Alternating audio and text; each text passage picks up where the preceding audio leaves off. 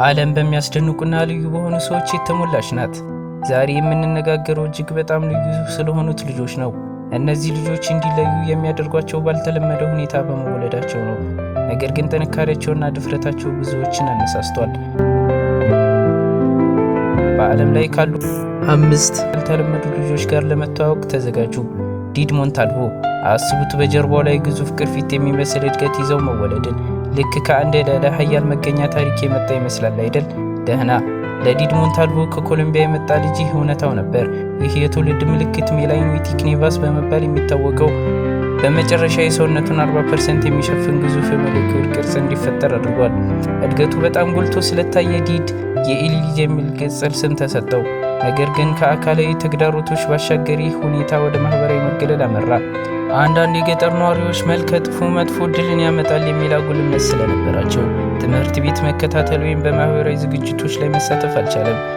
እነዚህ ችግሮች ቢኖሩም የዲድ ታሪክ አዎንታዊ ለውጥ ያመጣው ኒል ቡል የተባሉ የእንግሊዝ ፕላስቲክ ቀዶ ሐኪም ስለ ሁኔታው ሲያውቁ ነበር። የዲድን ችግር የተመለከቱት ዶክተር ብሪስተር እድገቱን ለማስወገድ ከቀዶ ጥገና ሐኪሞች ጋር ዲድን ለመርዳት ወደ ቦጎታ ተጓዙ። ቀዶ ጥገናው ውስብስብና ብዙ ሂደቶችን የሚጠይቅ ቢሆንም ነገር ግን በመጨረሻ ተሳካ። ይህ የዲድን ሕይወት የሚቀይር ቀዶ ጥገና ዲድ ወደ ማህበረሰቡ እንዲቀላቀል፣ ትምህርት ቤት እንዲማርና ብዙዎቻችን በቀላሉ የምናገኘውን የልጅነት ደስታዎች እንዲደሰት አስችሎታል። ከአሌክሳንድራ ሲዮንግ ጋር ይተዋወቁ። ፊሊፒንስ ዳቫኦ ሲቲ የመጣች ወጣት ሴት ልጅ ልዩ በሆነ ውበቷና በመቋቋም ችሎታዋ በዓለም ዙሪያ ልቦችን ማርካለች። ሰኔ 18 ቀን 2004 የተወለደችው አሌክሳንድራ በግምት 4 ጫማ ከ6 ኢንች ቁመት ያላት ስትሆን ይህም የአጥንት እድገቷን የሚጎዳ የላንገርሃንስ ሴል ሂንቲዮሳይቶሲስ በመባል የሚታወቀው ያልተለመደ ሁኔታ ውጤት ነው። ይህ ቢሆንም የወጣትነት መልኳና ከፍተኛ ድምጿ ብዙዎች የሚወዷትና የፊርሞ መገለጫዎቿ ሆነዋል። አሌክሳንድራ ወደ ዝና ያደረገችው ጉዞ እንደ ኢንስታግራም እና ቲክቶክ ባሉ የማህበራዊ ሚዲያ መድረኮች ላይ ባላት ተሳትፎ ጀመረች። ሞዴሊንግ፣ ፎቶዎችን እና የከንፈር ማመሳሰል ቪዲዮዎችን የምታጋራው አሌክሳንድራ ይዘቷ ለፋሽን ያላትን ፍቅርና ህያው ስብዕናዋን ያሳያል። ምኞቶቿ ከማህበራዊ ሚዲያ ያልፋል። አሌክሳንድራ በሕክምና ሁኔታዋ የተከሰቱትን ተግዳሮቶች ወደ ጎን ትታ በንቃት የምትከታተለው ግብ ፕሮፌሽናል ሞዴል መሆንን ትመኛለች። ቆራጥነቷና አዎንታዊ አመለካከቷ ለብዙዎች መነሳሳት ሲሆን የአንድ ሰው መንፈስ ምንም አይነት አካላዊ ገደቦች ቢኖሩትም በደመቀ ሁኔታ ሊበራ እንደሚችል አሳይታናለች። ባዚድ ሁሴንን ይተዋወቁ። ከባንግላዴሽ የመጣ ወጣት ልጅ ሲሆን ህይወቱን ያልተለመደ ሁኔታ በእጅጉ ነክቶታል። እንደ አውሮፓውያን አቆጣጠር በ2012 የተወለደው ባዚድ ፕሮጀሪያ የተባለ የጄኔቲክ ዲስኦርደር ምልክት ይታዩበት ነበር። ይህም በልጆች ላይ የእርጅናን ሂደት የሚያፋጥን ሲሆን ይህም ከአማካይ ሰው በ8 እጥፍ እንዲጨምር ያደርጋል። በ4 ዓመቱ መጨማደድን ጨምሮ የአንድን አዛውንት አካላዊ ባህሪ ያሳየ። እነዚህ የአካላዊ ተግዳሮቶች ቢኖሩም ባዚድ አስደናቂ ብልህነትና ህያው ስብዕናን አሳይቷል። ሆኖም መልኩ ወደ ማህበራዊ መገለል አመራ። ሌሎች ልጆች ብዙውን ጊዜ ይፈሩት ነበር፣ የማህበረሰቡ አባላትም ይርቁት ነበር። ፕሮጀሪያ እጅግ በጣም ያልተለመደ ሁኔታ ሲሆን ከ8 ሚሊዮን ህፃናት ልደቶች ውስጥ በግምት 1 ላይ ይከሰታል።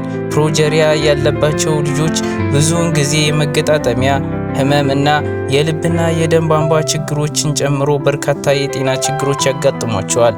አብዛኛውን ጊዜ አጭር የህይወት ዘመን ያላቸው።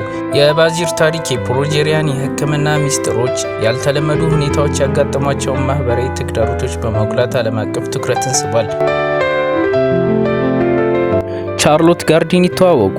ከዩናይትድ ኪንግደም የመጣች አስደናቂ ወጣት ልጅ በመቋቋም ችሎታዋና በመንፈሷ በዓለም ዙሪያ ልቦችን ይገዛች። እንደ አውሮፓውያን አቆጣጠር በ2007 የተወለደችው ቻርሎት በዋና ድዋርፊዝም ምክንያት ከ1 ኪሎ ግራም በታች በሆነ ክብደት ወደዚህ ዓለም ተቀላቀለች። ይህ ሁኔታ በጣም ያልተለመደ ስለሆነ የተለየ የህክምና ስም የለውም። በተወለደችበት ጊዜ ዶክተሮች እጅግ በጣም ትንሽ በመሆኗና በደካማ ጤንነቷ ምክንያት በህይወት የመቆየት እድሏን እንኳን እርግጠኛ አልነበሩም። እነዚህ ተግዳሮቶች ቢኖሩም የቻርሎት ቆራጥነት አበራ። ቤተሰቧ ጠንካራ ፍላጎትና ህያው ስብዕና እንዳላት ይገልጻሉ።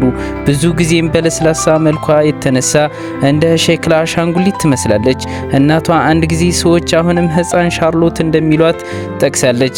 ይህም በጣም ያበሳጨታል፣ ምክንያቱም ቻርሎት ከመጠኗ በላይ ነች። ቻርሎት ከአማካይ መጠን ካላቸው ልጆች ጋር በአንደኛ ደረጃ ትምህርት ቤት በመማር የሚጠበቁበትን ሁሉ ሞክራለች። ወላጆቿ በተቻለ መጠን መደበኛ ኑሮን ለመስጠት በማመን እንደ ማንኛውም ልጅ እንድትሳተፍ አበረታተዋታል። ታሪኳ፣ ጉዞዋና የአፍቃሪ ቤተሰቧን ድጋፍ የሚያሳይ በሚል ዘጋቢ ፊልምም ላይ ቀርቧል። የቻርሎት ህይወት የሰው ልጅ የመቋቋም ችሎታ ማረጋገጫ ነው። ታሪኳ ብዙዎችን ታነሳሳለች። በቆራጥነትና በፍቅር ብዙ ተግዳሮቶችን ወደ ልዩ ጥንካሬዎች ሊለወጡ እንደሚችሉ ያሳያል። ሉዊስ ማኑኤል። አሁን ሉዊስ ማኑኤል ጎንዛሌዝን ይተዋወቁ። ከሜክሲኮ የመጣ አንድ ወጣት ልጅ። የልጅነት ጊዜው የሕክምና እንቆቅልሽ ነበር። እንደ አውሮፓውያን አቆጣጠር በ2017 የተወለደው ሉዊስ ማኑኤል በተለምዶ 7.7 ፓውንድ ይመዝን ነበር። ሆኖም በጥቂት ወራት ውስጥ ክብደቱ በአስደንጋጭ ሁኔታ መጨመር ጀመረ። የ10 ወር ልጅ በነበረበት ጊዜ ሉዊስ ወደ 62 ፓውንድ ይመዝን ነበር። ይህም የአንድ የ9 ዓመት ልጅ አማካይ ክብደት ጋር እኩል ነበር። ሉዊስ ከመጠን ያለፈ ውፍረት ጋር ተያይዞ የሚመጣው ከፍተኛ የምግብ ፍላጎት ስለሌለው ይህ ፈጣን የክብደት መጨመር ዶክተሮችን አስገርመዋል። ወላጆቹ ስለ ጤንነቱ ተጨንቀው ስር የሰደደው ምክንያት ለመረዳት የሕክምና ምክር ጠየቁ። አንዳንድ ስፔሻሊስቶች የፕራደርን እድል ግምት ውስጥ ያስገባሉ። ዊል ሲንድሮም የተባለ በፍጥነት ክብደት መጨመርና የእድገት ችግሮች የሚታወቁበት የጄኔቲክ ዲስኦርደር ሊሆን ይችላል የሚል ግምት ተሰጥቶት ነበር። ይሁን እንጂ በወቅቱ የመጨረሻ ድምዳሜ ላይ አልተደረሰም። እነዚህ ተግዳሮቶች ቢኖሩም ሉዊስ እንደ ማንኛውም ህፃን አካባቢው ጋር በመሳተፍ ንቁና የማወቅ ጉጉት ያለው ልጅ ሆኖ ቀጥሏል። መልስ ለማግኘትና እንክብካቤ ለመስጠት የቤተሰቡ ቁርጠኝነት እርግጠኛ ባልሆነ ሁኔታ ውስጥ ያላቸውን የመቋቋም ችሎታ አጉልቶ ያሳያል። የሉዊስ ታሪክ ብርቅዬ የህክምና ሁኔታዎችና በተለይም ያልተለመዱ የጤና ችግሮች የሚያጋጥሟቸውን ቤተሰቦች ተደራሽ የጤና እንክብካቤ ምንጮች ምን ያህል እንደሚያስፈልግ በማሳየት ዓለም አቀፍ ትኩረትን ስቧል። አዲስ የዩቲዩብ ቻናል ነው። ላይክ፣ ሰብስክራይብ ማድረግ እንዳይረሳ። በሚቀጥለው ቪዲዮ እስክንገናኝ መልካም ጊዜ